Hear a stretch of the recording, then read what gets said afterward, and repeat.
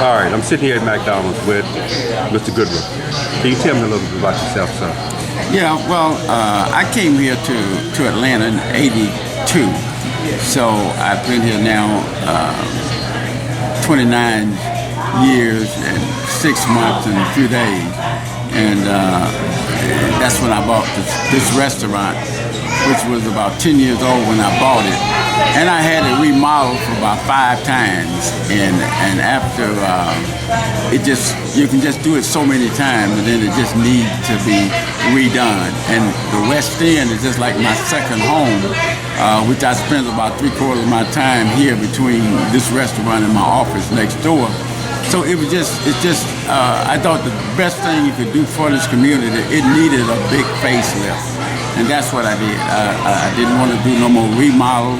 And a lot of folks ask me, why did you tear it down? Why did you, but that, you can only work on old stuff for so long, and then it's time to just tear it down and redo it. And that's what I did. And I just wanted to bring something different to the community. When you go look in the other McDonald's, you'll see the outside look the same, but if you go inside, you'll see a little different. I tried to do a contemporary style concept in here. You can see, I think it's very pretty myself, and I've got so many compliments from it. I also have free Wi-Fi for it. Folks can come in and sit and do all the computer work, and it's just a joy to see my customers so happy to see something new and different over here in the community, and they certainly have shown me that they appreciate it, because we've been doing very well. They've been attending it very, very well since we opened up on the 31st of last month. Well, look, tell me a little bit in terms of inspiration for the youth. What would you say to inspire them to emulate you? Well, first they got to go to school. They got to stay in school, number one. It's just a lot of things that our kids today need to do. But not only want to talk to the kids, I'm talking to the parents. We go around and basically cremate the kids on they're not, what they do and don't do. But the parents have to help those kids with how they act and what they do. First, they got to go to school, and then I'll say after they go to school, they got to work, and it's just not working. You got to save your money, and when you save your money, then you got to do the right thing. You got to have good credit. And for the young men, they got to stay out of jail, because what they don't understand, a lot of folks now, when they get ready to do these things, like get into a McDonald's or something big, then they have that record, and it kills them. So I said to them, go to school, get an education, stay out of the system, and save the money, and they can do anything they want to do. If they just put their mind and have the drive and enthusiasm, they can do anything they want to do. Because if I did it, anybody can do it. I'm certainly not the sharpest knife in the drawer, but I'm okay. Now I look at the site. Now I don't think I'm overstepping my bounds.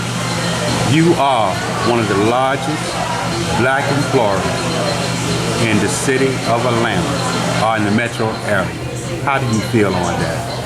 Well, I feel good. I feel good about being able to employ, because that's helping people. And that part of my thing is helping. I have a foundation. My foundation, Leon Goodrum Foundation. You can look it up, put it on your web, and that is to help CD and failing students. And that I've had about 4 years now, and it's going well. And at Christmas time, I give away last year I gave away about 97 bikes and a whole lot of toys. I do that every Christmas right here at here. But it's not just for the public, just say, hey, just come and get a bike. These are for kids that don't have anything. That's why you don't hear too much about it, because if I do that, it would be abused. Everybody will be coming for bikes.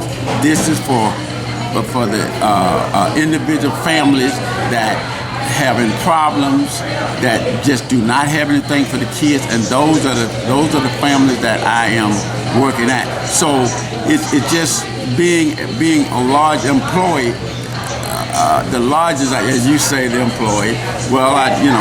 I have eight restaurants. So out of the 8 restaurants, I have a lot of folks that work for me. But it's go beyond the folks that work for me. It is kids, period. I just like kids, and if I can help a kid get a job, then I can do a little counseling to him. I can tell him to pull up his pants, and but the parents let him leave home with the pants down, so it really is not too much I can tell them. So this is more for the parents. They need to tell their kid to pull up their pants. Nobody want to see you know what. Sure. And I want them to get this message, because it really don't look good for them. And the people that work for me can't wear the pants down. I mean, their pants have to be pulled up. Now, give me some of your secrets for your success. And you have beat the odds. Yeah. Now I'm sure you had quite a few naysayers. Oh yeah. I'm as poor as anybody ever been. I come out of Forsyth, Georgia, Monroe County. But what I've done, number one, the things I just said earlier, I stayed out of jail. I went to school. I saved my money, and just honesty, pay folks what you owe them, and you don't have no problem. That's your biggest problem. When you don't pay back, you got to pay your bills. And if you pay back, you get credit. But if you don't pay back, you're gonna run into a stone wall. Okay. So the thing that I said to anybody, is to save your money and work hard.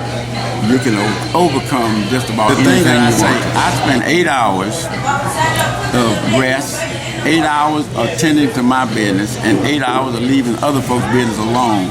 And that's a well-spent 24 hours. Now, and I can say to folks, anybody, you save your money, work hard, pay back what you owe, and keep God in front of your life, you're going to do fine. That's not a whole lot you have to do. But you got to stick with that. You got to stick with that. You can't, because once you stop working, and once you stop doing those things, hey, you're going down. I want to thank you for your time, sir. Okay.